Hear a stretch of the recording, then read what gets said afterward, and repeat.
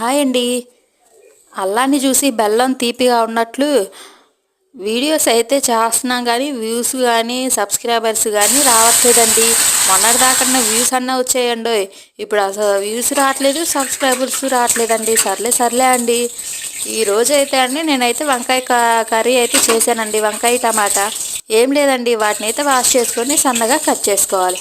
అందులో కొంచెం ఆనియన్స్ పచ్చిమిర్చి కూడా వేసుకోవాలి.